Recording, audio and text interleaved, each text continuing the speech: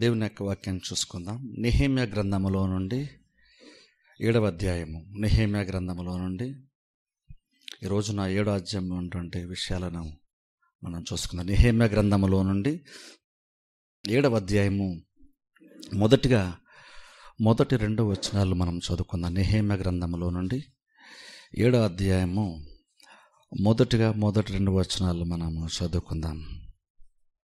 నేను ప్రాకారమును కట్టి తలుపులు నిలిపి ద్వారపాలకులను గాయకులను లేవీయులను నియమించిన పిమ్మట నా సహోదరుడైన హనానీకిని కోటకు అధిపతి అయిన హనన్యాకును యెరూషలేము పైన అధికారం ఇచ్చి తిని.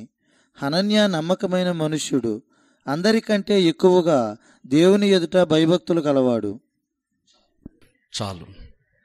కొంచెం గత వారం మనం మహారాజ్యం చూసుకున్నాం. మహారాజ్యంలో ఈ నెహెమ్యా ప్రాకారములు కట్టడము, ద్వారములు నిలబెట్టడం, అది గత వారం మనం చూసుకున్న మహారాజ్యంలో. ఇక 7వ అధ్యాయంకి వచ్చేసరికి మరొకసారి ఇక్కడ బైబిల్లో మొదటి రోజు మనం ఏం చూస్తున్నామంటే ప్రాకారములు కట్టి తలుపులు నిలిపిన తర్వాత కూడా ఇంకా నెహెమ్యా కొన్ని కార్యాలు చేసినట్టు బైబిల్ మనం చూస్తున్నాం.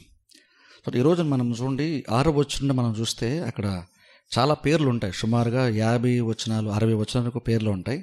అందుకని 6వ వచనం అయితే మనం చూసుకోము. మొదటి 5 వచనాలు చూసుకుంటే మా తర్వాత మరలా 61వ వచనం నుంచి మాత్రం కొన్ని వచనాలు మాత్రం మనం చదువుకుంటాం. ఇంత గమనించినట్లయితే ఇక్కడ ప్రాకారములు కట్టబడిన తర్వాత ఇంకా నెహెమ్యా ఇక్కడ ఇంకా కొన్ని కార్యములు చేయడం బైబిల్ మనం చూస్తున్నాం. ఏం చేశాడంటే అక్కడ ప్రాకారములు కట్టి తలుపులు నిలిపి ద్వారపాలకులను గాయకులను లేవీలను నియమించిన పిమ్మట అని మనం చూస్తున్నాం. ఇక్కడ చూడండి, ప్రాకారములు నెహెమ్యా ద్వారా కట్టబడింది.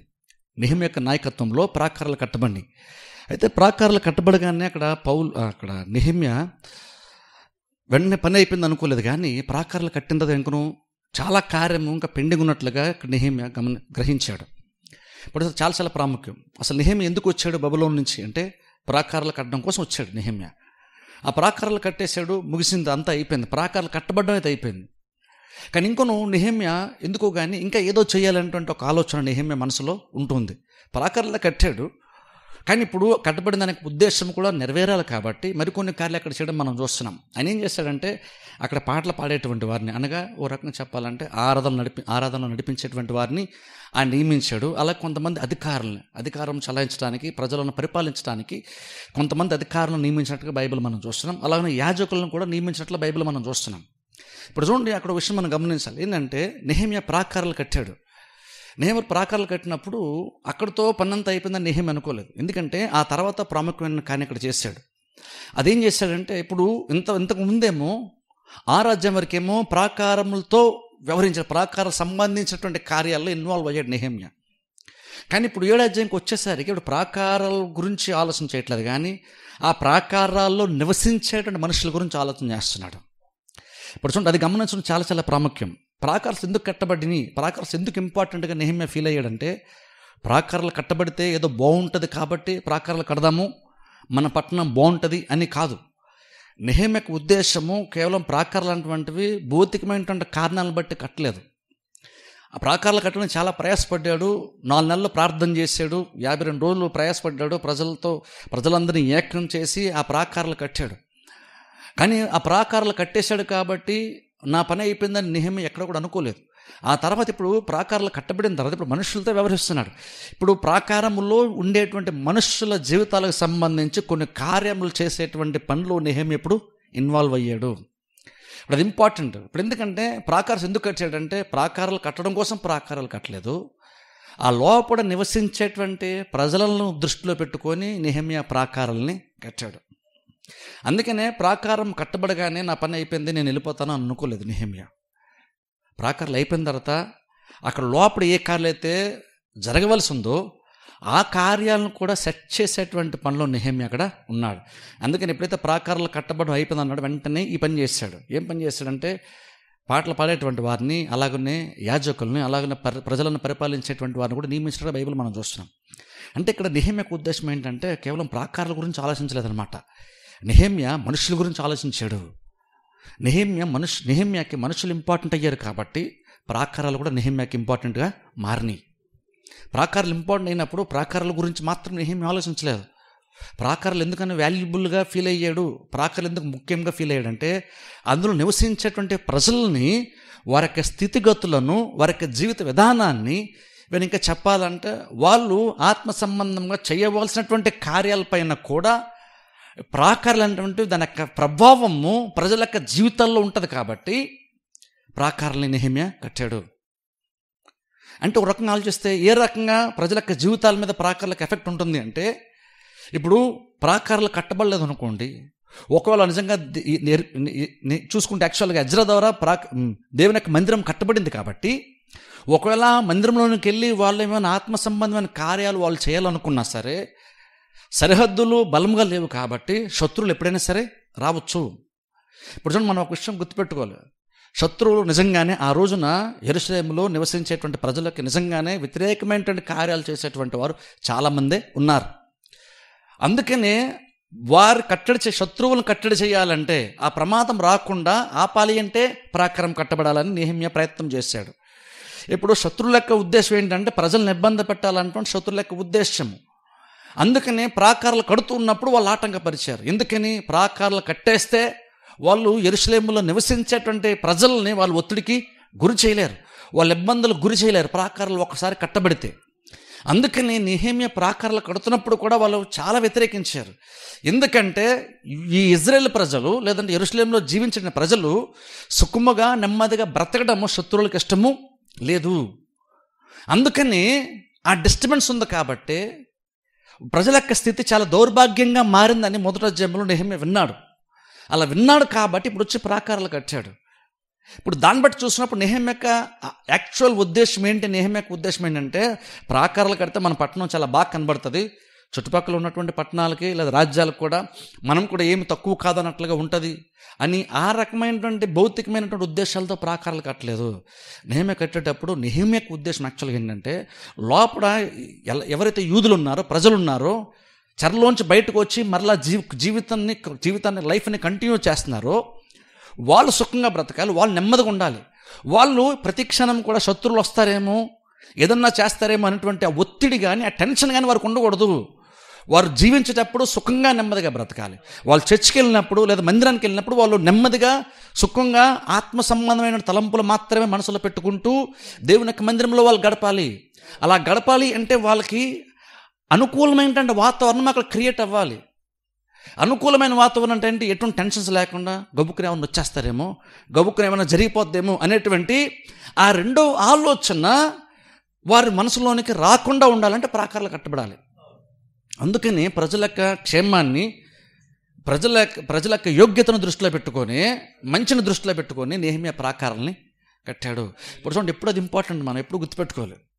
మనం చూడండి, మనం చర్చికి ఏం చేసుకున్నా సరే మనం చర్చికి ఏదో చేసుకోవడం కోసం చర్చికి చెయ్యం. మనం బిల్డింగ్ ఏదో బాగుండాలి, బిల్డింగ్ ఏదో గొప్పగా ఉండాలి అనడం కోసం చెయ్యం. కొన్ని ఎందుకు చేసుకుంటాం, కొంత ఖర్చైనా కొన్ని ఎందుకు మనం చేసుకోవడానికి ప్రయత్నం చేస్తాము అని అంటే దానికి కారణం ఏంటంటే బిల్డింగ్ గొప్పగా కనబడడం కోసమని కార్యాలు మనం చేయము. ఎందుకంటే మనం చర్చకు వచ్చినప్పుడు మనము వాక్యం వినేటప్పుడు కానీ లేదా పాటలు పాడేటప్పుడు కానీ ఆరాధించేటప్పుడు కానీ మనకి ఇవన్నీ చేసేటువంటి క్రమంలో మనకి రెండో ఆలోచన, వేరే డిస్టర్బెన్స్ అయితే మనకి ఉండకూడదు. ఆ వేరే ఆలోచన రాకుండా ఉంటేనే మనం ఈ కార్యాలను మనము మనసు పెట్టి మనస్ఫూర్తిగా చేయగలుగుతాం. అలా మనస్ఫూర్తిగా కొన్ని కార్యాలు చేయాలంటే కొన్ని భౌతికమైన కార్యాలు కొన్ని మనం సరి చేసుకోవాలి. ఆ భౌతికమైన కార్యాలు కొన్ని సెట్ చేసుకుంటేనే కానీ ఆత్మ సంబంధంగా మనం కొన్ని కార్యాలు మనం లోతుగా మనం వెళ్ళలేము. ఇది ఎలాగైతే మనకు వాస్తవమో అలాగనే ఆ రోజుల్లో వాళ్ళకు కూడా అది వాస్తవం. అందుకని నెహెమ్యా ప్రాకారాలు కట్టాడు. ఎందుకు కట్టాడు? ఉద్దేశం ఏంటంటే ప్రజలు వాళ్ళు నార్మల్గా వాళ్ళు అనుదిన జీవితంలో జీవించేటప్పుడైనా క్షేమంగా ఉండాలి, హ్యాపీగా ఉండాలి. లేదు ఒకవేళ వాళ్ళు చర్చకు వచ్చినా సరే, అనగా మందిరానికి వచ్చి కొన్ని ఆత్మ సంబంధమైన కార్యాలు చేయాలనుకున్నా సరే అక్కడ కూడా వాళ్ళు ఆత్మ సంబంధ తలంపులతో ఆత్మ సంబంధంగా మాత్రమే వాళ్ళు ఇన్వాల్వ్ అయ్యేటట్టుగా ఉండాలి. అలా ఉండాలి అంటే ఏ డిస్టర్బెన్స్ ఉండకూడదు. అలా ఏ డిస్టర్బెన్స్ ఉండకూడదు అంటే ప్రాకారాలని కడితేరే కదా అది.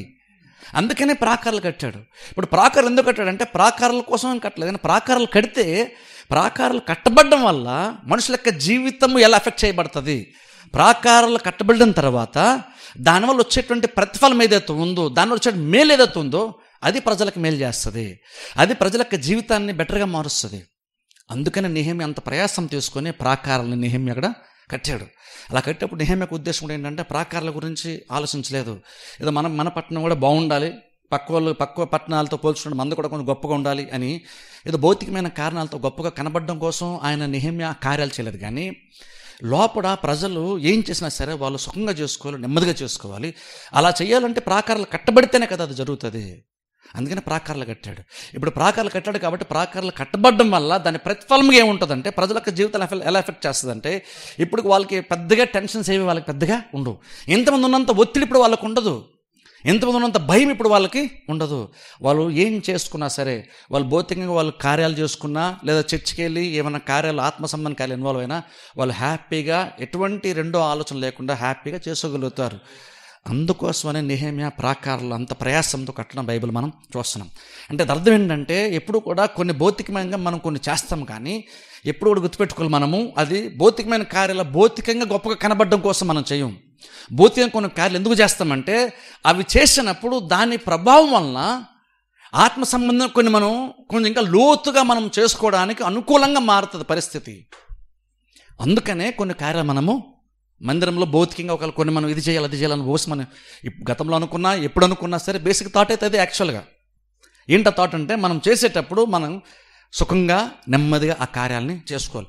మనం ప్రార్థన చేసామంటే మనకు డిస్టర్బెన్స్ ఉండకూడదు. అలాగే మనం వాక్యం అన్నామంటే మనకు డిస్టర్బెన్స్ ఉండకూడదు. మన పాటలు పాడుతుంటే మనకు వేరే డిస్టర్బెన్స్ ఉండకూడదు. బేసిక్గా నా ఇంటెన్షన్ అయితే అది యాక్చువల్గా అయితే ఇది ఇప్పుడు ఇక్కడికి వచ్చాక మీకు తెలుస్తుంది. కానీ యాక్చువల్ నా ఒరిజినల్గా అయితే నా ఇంటెన్షన్ ఎప్పుడు కూడా అలాగే ఉంటుంది. ఏం చేస్తాం సరే ఎందుకు కొన్ని కార్యాలు చేస్తామంటే ఇదే కారణం. మనకు బిల్డింగ్ ఇంపార్టెంట్ కాదు, మనకు ప్రజలు ఇంపార్టెంట్. లోపలికి వచ్చేటువంటి వాళ్ళు, వాక్యం వినేటువంటి వాళ్ళు, పాటలు పాడేటువంటి వాళ్ళు, ప్రార్థించేటువంటి వాళ్ళు, వాళ్ళకి ఇబ్బంది ఇది ఉండకూడదు. వాళ్ళు చేసేటువంటి కార్యాలు మనం అనుకూలంగా ఉంటే కానీ మనం కొంచెం లోతుగా కార్యాలు చేయలేము. నిజంగా ఆత్మతో సత్యంతో దేవుని ఆరాధించాలంటే నీకు డిస్టర్బెన్స్ ఉంటే నువ్వు చేయలేవు. అలాగే వాక్యం వినడం అయినా సరే అంతే, డిస్టర్బెన్స్ ఉంటే మనం చేయలేము. అలా ఇంకేదైనా సరే. అందుకనే కొన్ని భౌతికమైన కార్యాలు కొన్ని ఇంపార్టెంట్ అవుతాయి చర్చ నడిపించేటప్పుడు.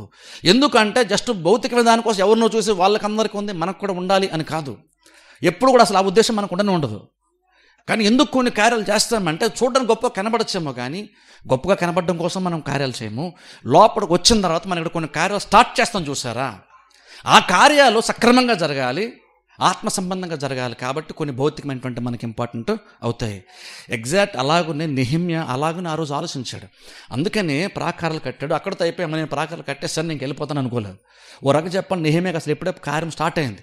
ఎందుకంటే ఇదంతా ఎవరి కోసం అంటే పట్టణం కోసం కాదు, ఆ పట్టణంలో నివసించేటువంటి ప్రజల కోసం.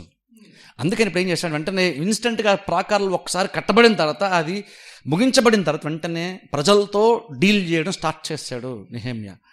అలా ప్రజలతో డీల్ చేస్తూ ఏం చేస్తాడంటే పాటలు పాడేటువంటి వారిని, అలా యాజకత్వం కార్యం జరగాలి కాబట్టి యాజకత్వం కార్యం జరిగించేటువంటి వారిని, అలాగే ప్రజలను కూడా పరిపాలించాలి కాబట్టి అలాగా ప్రజలను అధికారంతో పరిపాలించేటువంటి వారిని కూడా ఇక్కడ నెహెమ్యా నియమించినట్టుగా బైబిల్ మనం చూస్తున్నాం.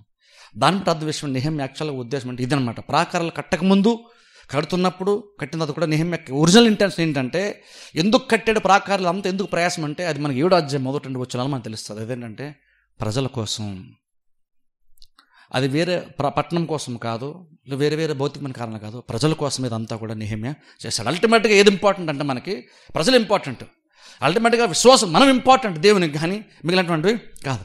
అందుకనే మనతో పోల్చుకున్నప్పుడు మనం ఎంత ఖర్చు పెట్టినా అది పెద్ద తక్కువ అంటాను నేను. దుబారాగా షో కోసం మనం ఏదో కొన్ని కార్యాలు చేయము, కానీ కొన్ని డబ్బులు ఎక్కువ వెచ్చించాల్సి వస్తే వెచ్చిస్తాం. కానీ ఎందుకోసం అంటే దానికంటే మనం వాల్యుబుల్ కాబట్టి, దానికంటే ఇక్కడికి వచ్చి మనం చేసేటువంటి కార్యాలు వాల్యుబుల్ కాబట్టి కొంత ఖర్చు అయినా సరే అది పెద్దగా మనం లెక్కలో పెట్టుకోము. ఎందుకంటే ఇక్కడ జరిగేటువంటి కార్యాలను బట్టి మనకు అవన్నీ కూడా ఇంపార్టెంట్ అవుతాయి. మనం చేసేటువంటి కార్యాలతో పోల్చినప్పుడు మిగిలినవన్నీ కూడా డబ్బులు పెట్టి కొన్ని కార్యాలు చేసేవన్నీ కూడా చాలా చాలా అల్పమైనటువంటివి, అది దాటుకు అంత వాల్యూ ఉండదు మనం చేసే దాంతో పోల్చుకుంటే. ఇక్కడ నెహెమ్యా అంతే, నెహెమ్యాకి ప్రాకారాలు ఇంపార్టెంట్ కాదు, ప్రాకారాలు వాల్యుబుల్ కాదు, లోపల నివసించేటువంటి ప్రజలు వాల్యుబుల్ కాబట్టి ఇప్పుడు ప్రాకారాలు కట్టిన తర్వాత ఇప్పుడు వాళ్ళ జీవిత విధానాన్ని కూడా సరిచేసే ప్రయత్నం చేశాడు. ఒక క్రమంలో ఎంతమంది ఎలాగైతే వాళ్ళు సరిగా వెళ్ళక మునుపు ఎలాగైతే జీవించే వాళ్ళో మరలా ఆ పాత నార్మల్ స్థితిలోనికి తీసుకొచ్చే ప్రయత్నము నెహెమ్యా ఇక్కడ చేస్తున్నాడు. అందుకనే ప్రజలకి మళ్ళీ అధికారులు నియమించాడు, యాజకులు పెట్టాడు. అలాగనే ఆత్మ సంబంధం కూడా కార్యం జరగాలి కాబట్టి యాజకులను పెట్టాడు, భౌతికంగా కార్యం జరగాలి కాబట్టి పరిపాలించిన అధికారులు పెట్టాడు, అలాగే పాటలు పాడేటువంటి వారిని కూడా పెట్టాడు. ఒకసారి ఆలోచించండి, ఆ సిచ్యువేషన్లో పాటలు పాడేవారిని కూడా పెట్టాడు అంటే నిజంగా స్తుతి ఆరాధన ఎంత ఇంపార్టెంట్ ఒకసారి ఆలోచించండి. కొన్నిసార్లు మనం చాలా క్యాజువల్ తీసుకుంటాం స్తుతి ఆరాధన అంత ఇంపార్టెంట్ కాదనుకుంటాం. కానీ చూడండి, ప్రాకారాల్లో కట్టి ప్రజలను పరిపాలించడానికి అధికారులు ఎంత ఇంపార్టెంట్గా నెహెమ్యా ఫీల్ అయ్యాడో, అలాగే యాజకత్వపు కార్యం జరగాలి కాబట్టి యాజకులు ఎంత ఇంపార్టెంట్ అని నెహెమ్యా ఫీల్ అయ్యాడో, అలాగే ఆ ప్రాసెస్లో ఉన్న ఆత్మ సంబంధ కార్యాల్లో స్తుతి ఆరాధన కూడా ఇంపార్టెంట్ అని నెహెమ్యా ఫీల్ అయ్యాడు. అందుకనే స్పెసిఫిక్ మనం ఏం చూస్తారంటే అక్కడ పాటలు పాడేవారు నియమించాడు. ఒక రకంగా చూస్తే మనకి ఏంటంటే యాజకులు ఇంపార్టెంట్ మనకు తెలుసు, పరిపాలకులు ఇంపార్టెంట్ మనకు తెలుసు, కానీ పాటలు పాడేంత ఇంపార్టెంట్ మనకు అనిపిస్తుంది. వాళ్ళకి అంత వాల్యూ ఉంటుందా అంటే బైబిల్లో వాళ్ళకు కూడా చాలా వాల్యూ ఉంది.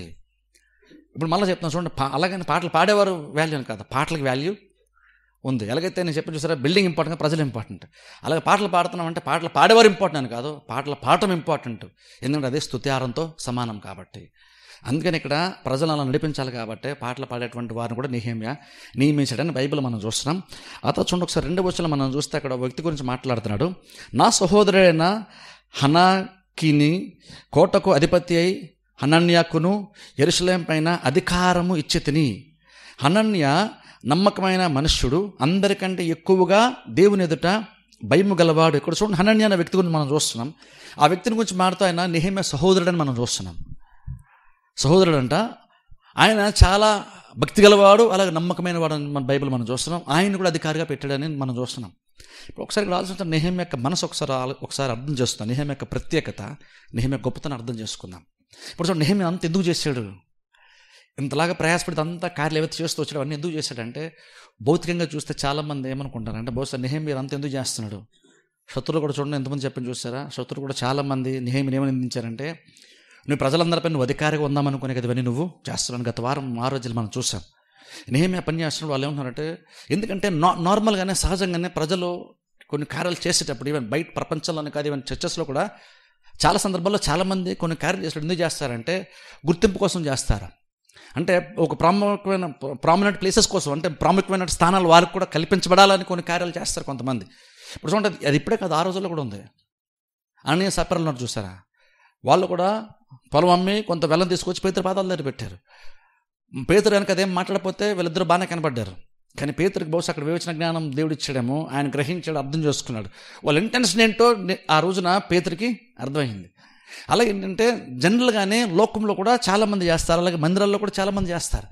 అందుకని ప్రజలు కూడా శత్రువులు కూడా అలాగనే నెహెమ్యా నిందించారు, ఎందుకంటే సహజంగా అలా జరుగుతుంది కాబట్టి. ఇప్పుడు ఇక్కడ చూస్తే చూడండి అలా వాళ్ళు నిందించారు. కానీ ఓ టైం వచ్చేసరికి ఇక్కడ ఏడాది మనం చూస్తే 2వ వచనం నెహెమ్యా చేశారంటే, ఆయన ఎక్కడ కూడా అంతా చేశాడు కానీ ఇదంతటి మీద నాకు హక్కు ఉందని నెహెమ్యా అనుకోలేదు. నెహెమ్యా ఎలా ఫీల్ అయ్యాడు, అంతా చేసి అంతా జరిగిన తర్వాత అది యాక్చువల్గా అంతా కూడా ఇంతకుముందు నార్మల్గా రన్ అయ్యేటువంటి ఆ స్టేజ్ వచ్చేసరికి తన పక్క తప్పుకొని అధికారం అంతటిని కూడా వేరే చేతుల్లోనికి పెట్టేశాడు. ఇప్పుడు చూడండి అది చాలా చాలా ప్రాముఖ్యం. అక్కడ నెహెమ్యా యొక్క ఉద్దేశం మనకు అర్థమవుతుంది. నెహెమ్యా ఎంత మంచి ఉద్దేశంతో, ఎంత మంచి ఆలోచనతో ఈ కార్యాలన్నీ చేశాడు ఒకసారి ఆలోచించండి. అందులో ఎక్కడ కూడా నేనంత చేశాను కాబట్టి నాకు కూడా ఒక పోస్టు అనుకోలేదు నెహెమ్యా.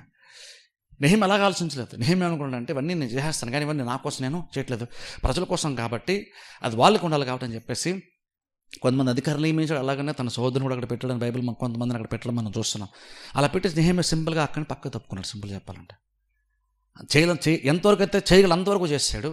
చేసి ఇంకా తీరా అంత నార్మల్ రన్ అయిపోతున్నప్పుడు ఆ హోదానైనా ఆయన ఎక్స్పీరియన్స్ చేయడానికి దాన్ని అనుభవించే ప్రయత్నం నెహెమ్యా చేయలేదు. అక్కడ అంత కష్టమంతా మీదేసుకున్నాడు. తీరా అందరూ సుఖపడే టైం వచ్చేసరికి నెహెమ్యా పక్కకి తప్పుకున్నాడు. అటున్నాడు పరిచయం జరిగే విధానం అదే. కష్టమంతా మీదేసుకుని ప్రయాసపడ్డాడు. తీరా ఇప్పుడు ప్రజలందరూ కూడా లైఫ్ నార్మల్ రీల్ చేస్తున్నాయి. ఇప్పుడు వాళ్ళకి టెన్షన్స్ లేవు, ప్రెషర్స్ లేవు, ఇప్పుడేమీ లేవు. ఇలా వచ్చేసరికి ఏమి పక్కకి తప్పుకున్నాడు. అధికారం అంతా కూడా ప్రజల చేతుల్లో పెట్టాడు. అదేం చెప్తున్నాను నెహెమ్యా యొక్క ఉద్దేశం ఏంటో మనకి అక్కడ స్పష్టంగా అర్థమవుతుంది. ఇంకొంచెం కింద చదువుకుందాం 3వ వచనం. అప్పుడు నేను బాగుగా ప్రొద్దెక్కు వరకు యెరూషలేము యొక్క గుమ్మముల తలుపులు తీయకూడదు, మరియు జనుల దగ్గర నిలవబడి ఉండగా తలుపులు వేసి అడ్డగడియలు వాటికి వేయవలననియు, ఇదియుగాక యెరూషలేము కాపురస్తులందరూ తమ తమ కావలి వంతులను బట్టి తమ ఇండ్లకు ఎదురుగా కాచుకొనుటకు కావలి నియమింపవలననియు చెప్పి తిని. చాలా ఇక్కడ చూడండి గమనిస్తే 3వ వచనం మనం చూస్తే అక్కడ నెహెమ్యా ఈ ప్రాకారాలు కట్టిన తర్వాత కూడా మరలా కావలి కాసేటువంటి వారిని కూడా నియమించాడు. ఇప్పుడు చూడండి అది కూడా ప్రాముఖ్యం. ప్రాకారాలు కట్టాడు కదా ఇంకా పని చేయాల్సిన అవసరం లేదు కానీ మనం అనుకుంటాం. కానీ నెహెమ్యా ప్రాకారాలు కట్టిన తర్వాత ఒక రకంగా 3వ వచనం సింపుల్గా ఎక్స్ప్లెయిన్ చేయాలంటే, నెహెమ్యా ప్రాకారాలు కట్టబడ్డా కాబట్టి మనం హ్యాపీగా బతికేచ్చలే, పెద్ద ఇబ్బంది ఏమి లేదు అని అనుకోలేదు. ఇంకనూ ప్రమాదం అయితే మనకి యాక్చువల్గా లేదు, కానీ ఇంకనూ ప్రమాదం అయితే ఎంతో కొంత ఖచ్చితంగా పొంచుంది. అందుకని ఇప్పుడు నెహెమ్యా ఏం చేశాడంటే ప్రాకారాలు కట్టిన తర్వాత కూడా ఇంకను కొంతమంది కావలి కాసేటువంటి వారిని కూడా నియమించడం బైబిల్ మనం చూస్తున్నాం. అలా నియమించినప్పుడు బేసిక్ అక్కడ నెహెమ్యా ఎలాగ వారికి ఒక ఆలోచన ఇచ్చాడంటే ఆ డ్యూటీ ఎలా చేయాలని ఆలోచించాడంటే ప్రతి వాళ్ళు కూడా వారి రెస్పాన్సిబిలిటీ బట్టి అందరికీ బాధ్యత ఇచ్చాడు. ఎవరు ఒకరిద్దరు చేయాలని కదా, అందరికీ బాధ్యత ఇచ్చి పలానా టైంలో మీరు పలానా వాళ్ళ వరుస క్రమాన్ని బట్టి అందరూ కూడా పనిని చేసుకుంటూ కావలి కాసేటువంటి పని చేస్తూ ఉండాలి. అది మాత్రమే కాదని కావలి కాసేటువంటి పని కూడా ఎలా చేయాలి అంటే అక్కడ స్పెసిఫిక్గా మాడుతూ వరకు చెప్పాలంటే అంటే మరీ ఉదయాన్నే ద్వారం అంటే ఆ పట్టణం యొక్క తలుపులు తీసేయకూడదు, అలాగే మరీ లేట్ అయ్యే వరకు చీకటి పడే వరకు కూడా తలుపులు ఓపెన్గా ఉంచకూడదు. ఇప్పుడు చూడండి, అంటే అక్కడ చాలా అతి జాగ్రత్తను తీసుకోవాలని చెప్పొచ్చు నెహెమ్యా రకంగా చెప్పాలంటే. ఎక్కువ అంటే అవసరమైతే మనం కొంచెం నిర్లక్ష్యం ఉండొచ్చు అనేటువంటి ఆ ఈజీలోకి వెళ్ళిపోలేదు నెహెమ్యా. పర్వాలేదులే అనేటువంటి ఆ స్థితిలోకి వెళ్ళిపోలేదు. నెహెమ్యా ఇంకను ఎలా ఉన్నాడంటే మనం కట్టేసాం అంత అయిపోయింది కదా, ప్రాబ్లం లేదే, ఇక క్యాజువల్ ఉండొచ్చులే అనుకోలేదు. అఫ్కోర్స్ మనకి ప్రాకారాలు కట్టడానికి మునుపు అంటే ఇప్పుడు కట్టబడిన తర్వాత మనకు సుఖం ఉంది, అలా సుఖపడుతున్నాం కాబట్టి బాగానే ఉన్నాం కాబట్టి ఇప్పుడు ఇబ్బంది లేదు కాబట్టి ఇప్పుడు మనం అందరం కూడా ఎలా పడితే అలా ఉండొచ్చా, ప్రాబ్లమే లేదా అంటే కట్టబడిన ఇంకొన్ని జాగ్రత్తలు మనం తీసుకోవాలని కావలి కాసేవారు కూడా పెట్టాడు. అలా పెట్టి కావలి కాసేటువంటి వారు కూడా చాలా జాగ్రత్తలు చెప్పాడు. అక్కడ ఏ టైంలో గేట్స్ ఓపెన్ చేయాలి, ఏ టైంలో గేట్లు ముయ్యాలో కూడా ముందుగానే చెప్పేశాడు. అదేం చెప్తుందంటే ప్రాకారాలు కట్టబడినాయి కాబట్టి ప్రాకారాలేమీ మనుషులను కాపాడదు, ప్రాకారాలు మనుషులను కాపాడవు యాక్చువల్గా చెప్పాలంటే. కాకపోతే పట్టణాన్ని కాపాడుకోవడానికి ప్రజలు ఏ ఉద్దేశాలు అయితే ఉంటాయో ఆ ఉద్దేశాలకి ప్రాకారం కొంచెం సపోర్ట్ చేస్తుంది తప్ప ప్రాకారాలు పూర్తిగా ప్రజల్ని కాపాడదు. అందుకని నెహెమ్యా ఇక్కడ కావలి కాసేవారిని కూడా పెట్టాడు. జస్ట్ ఒకసారి ఆలోచన చేద్దాం. ఇప్పుడు ప్రాకారాల మీద కావలి కాసేవారిని ఉంచాడు చూసారా నెహెమ్యా. ఇప్పుడు ఒకసారి ఆలోచన చేద్దాం. ఒకసారి జస్ట్ ఊహించుకుంటే శత్రులు ఎవరు సపోజ్ పట్టణంలో చొరబడదామని ఒకళ్ళు అనుకున్నారనుకుందాం, ఎవరికి తెలియకుండా దొంగచాటుగా ఏదో టైంలో వద్దామంటున్నారు అనుకుందాం. అప్పుడు చూడండి, ఎవరన్నా ప్రాకారాల మీద కావలి కాసేవాళ్ళు ఉన్నారనుకోండి, ఒకవేళ శత్రువు ప్రాకారం దగ్గరికి ఒకవేళ వచ్చి ఏదన్నా ఆయనకున్నటువంటి కుట్రతో ఏదన్నా చేద్దాం అనుకున్నా కావలి కాసేవాడు కనుక పైనుండి ఒకవేళ కనుక ఈ విరోధిని చూస్తాడు అనుకోండి, అప్పుడు విరోధి ఎలా రెస్పాండ్ అవుతాడు? ఇంకనూ తను ఏ ఆలోచనతో ఉన్నాడు ఆలోచనతో ముందు రాడు, కానీ వెనక్కి తిరిగి వెళ్ళిపోతాడు. ఎందుకంటే ఇప్పుడు చూసేవాళ్ళు ఉన్నారు కాబట్టి. ప్రాకారాలు కట్టబడ్డాక శత్రువు రావడం మానడు. ప్రాకారాలు కట్టబడిన సరే ఇంకా శత్రువు వస్తాడు ఖచ్చితంగా, వాడు ప్రయత్నం కూడా చేస్తాడు. కానీ అలా కట్టబడిన తర్వాత ఇంకను మనుషులు కనుక జస్ట్ ఎవరో పెద్ద కష్టపడకుండా మనుషులు కనుక కొంచెం అలా జాగ్రత్త తీసుకుంటే చాలు, శత్రు రావాలనుకున్న శత్రువు కూడా మళ్ళీ తిరిగి వెనక్కి వెళ్ళిపోతాడు. సో నెహెమ్యా ఏంటంటే అందుకని చెప్పండి, మనకు ప్రాకారాలు కట్టేసాం కాబట్టి మనకు ప్రాబ్లం లేదులే అని కాదు. ఇంకను ప్రాకారాలు కట్టిన తర్వాత ఇంకను మనం కొంచెం బెటర్గా మన లైఫ్ మారిన తర్వాత ఇంకను కొంచెం జాగ్రత్తలు మనం తీసుకోవాలి. ఇప్పుడు ఒకసారి ఆలోచించండి, చూడండి, జీవితము కొంచెం బెటర్గా దేవుడు మార్చిన తర్వాత మనల్ని అంటే కొంచెం ఎక్కువ ఆశీర్వాదం దేవుడు మనకి ఇచ్చిన తర్వాత ఇంకను మనం లోతైన అనుభవంలోకి వెళ్ళడం మనకి రెస్పాన్సిబిలిటీగా ఉండాలి. ఇప్పుడే గుర్తుపెట్టుకోండి, దేవుడు మనకి ఎంత ఎక్కువగా సౌఖ్యంగా మన జీవితాన్ని మారుస్తాడో, ఎన్ని ఎక్కువ భౌతికమైన ఆశీర్వాదాలు దేవుడు మనకి ఇస్తాడో, ఎంత మంచి వస్తువులు దేవుడు మనకి ఇచ్చి మన జీవితాన్ని సుఖంగా మారుస్తాడో దేవుడు, అంత ఎక్కువగా ఇంక మనం లోతుగా ఆత్మీయ జీవితంలో మనం యాక్చువల్గా వెళ్ళాల్సి ఉంటుంది. దేవుడిని ఆస్వాదించాడు అన్నప్పుడు ఇన్స్టెంట్గా ఒక రకంగా నువ్వే జాగ్రత్త తీసుకోవాల్సిన అవసరం అక్కడ ఉందంటే నువ్వు ఇంకా బెటర్గా నీ లైఫ్ ఎంత ముందు కంటే ఇప్పుడు దేవుడు సుఖంగా మార్చాడు కాబట్టి ఇప్పుడు నువ్వు ఇంకెక్కువ జాగ్రత్తలు తీసుకోవాలి. ఏ విషయాలు అంటే ఇంక నువ్వు ఆత్మీయంగా లోతుగా వెళ్ళడం కోసం జాగ్రత్తలు తీసుకోవాలి. ఎంత ఎక్కువ దీయం పడతామో, ఎంత ఎక్కువగా దేవుని నుండి మేలు పొందుకుంటామో అంతగా మనము దేవుని బలంగా సాగడానికి ప్రయత్నము చేయాలి. కాకపోతే ప్రాబ్లం ఏంటో తెలుసా, దానికి ఆపోజిట్గా జరుగుతుంది. నార్మల్గా మనకి ఎంత ఎక్కువగా దేవుడు మనల్ని ఆశీర్వదించి మన జీవితం సుఖంగా నెమ్మదిగా మారుస్తాడో అంతగా దేవునికి దూరం జరిగేటటువంటి అవకాశాలే చాలా చాలా ఎక్కువగా ఉంటాయి.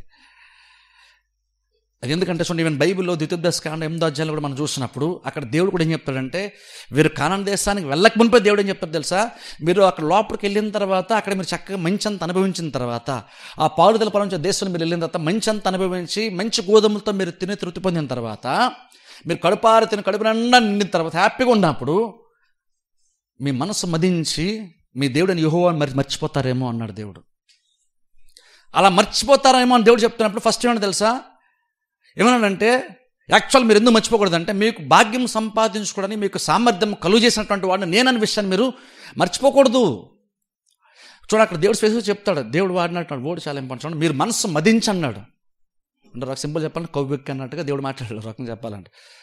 అంటే మీకు సుఖం ఎక్కువ అలవాటు అయిపోయి సౌఖ్యం ఎక్కువ అలవాటు అయిపోయి ఇప్పుడు మీరు ప్రతిదీ కూడా ఆ కంఫర్ట్ జోన్లో ఉంటూ ప్రతిదీ ఇంకా జీవితంలో ప్రతిదీ కూడా అంత సాఫీగానే సాగిపోవాలి, మేము అంతకన్నా పెద్దగా మేము కష్టపడం మేము సుఖంగానే కొనసాగుతాము అనేటువంటి ఆలోచనతో వచ్చేసి సుఖాన్ని ఎక్కువ అలవాటు పడిపోయి మీరు బహుశా జాగ్రత్త తీసుకోకుండా, నాకు దగ్గరగా జరగకుండా మీరు ఇంకా మీకు భాగ్యం, మీకు ఈ సామర్థ్యాన్ని ఇచ్చినటువంటి నన్ను మీరు మర్చిపోతారేమన్నాడు దేవుడు. ఇప్పుడు అలాగనే కేవలం అది దేవుని మర్చిపోవడం మాత్రమేనా? ఆ కింద మీరు అలా చదువుకుంటూ వెళ్తే ఫస్ట్ దేవుడు అంటాడు, భాగ్యం సంపాదించిన సామర్థ్యాన్ని కలుగజేసింది నేనే, నన్ను మర్చిపోద్దు అంటాడు. అది మళ్ళీ కిందకు వస్తే ఏమంటే తెలుసా, మీరు అలా మాట్లాడితే మరి దేవుడు అంటాడు, మీరు అన్య దేవతలను కూడా పూజిస్తారేమో, జాగ్రత్త ఉండండి. మీరు కనుక అలా పూజిస్తే కనుక అన్యుల్ని ఎలాగైతే నిర్మూలన చేసి మీకు ఇచ్చాను, అలాగే మిమ్మల్ని కూడా దీనిలో నేను బయటికి తీసుకొచ్చేస్తాను అన్నాడు దేవుడు. అంటే చూడండి, ఒక్కోసారి ఎంతగా నడిపించబడతామంటే, ఒక్కోసారి చూడండి అక్కడ దేవుడు చెప్తున్నాడు, నన్ను మర్చిపోతారేమో అని మాత్రమే మాట్లాడతాడు దేవుడు. కొన్నిసార్లు మనుషులకు మన సుఖానికి అలవాటు అయిపోయిన తర్వాత ఎంత ఎక్స్ట్రీమ్గా వెళ్ళిపోయేటువంటి ప్రమాదం కూడా ఉంటుందంటే, దేవుడిని కాదన్నమే కాదు, ఇప్పుడు విగ్రహారం ఎప్పుడు వెళ్ళిపోతామంట. దేవుడు అన్నాడు అన్నమాట.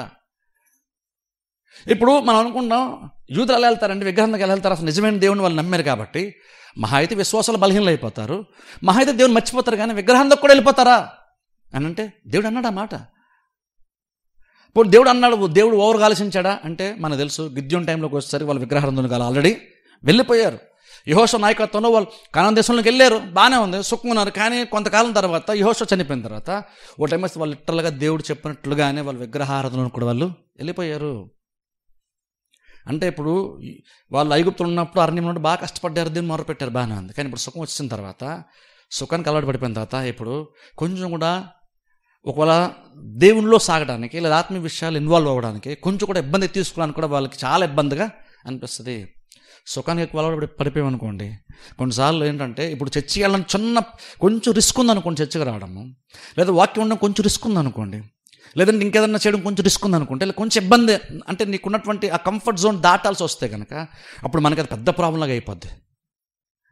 కానీ నిజంగా చూడండి, ఒకసారి వెనక్కి వెళ్ళాల్సి వస్తే నిజంగా ఒకప్పుడు అలా ఉండేది మన స్థితి. ఒకరు ప్రతిరోజు అంతే కష్టపడేవాళ్ళం ఒకప్పుడు, కానీ దేవుడు కృపను బట్టి ఆశీర్వదించిన తర్వాత ఇప్పుడు ప్రతిసారి నువ్వు కష్టపడలేదు, ఎప్పుడో ఒకసారి కష్టపడవలసిన పరిస్థితుల్లో దేవుడు తీసుకొస్తాడు.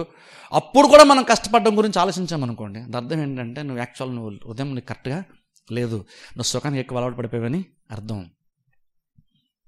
క్రిస్టియన్స్గా మనం ఎలా ఉండాలంటే, ఎంత సౌఖ్యంగా బతకడానికి కూడా మనం రెడీ అవ్వాలి. అదే టైంలో అవసరమైతే కనుక ఇబ్బంది ఎంతైనా సరే తీసుకోవడానికి కూడా మనం రెడీగా ఉండాలి.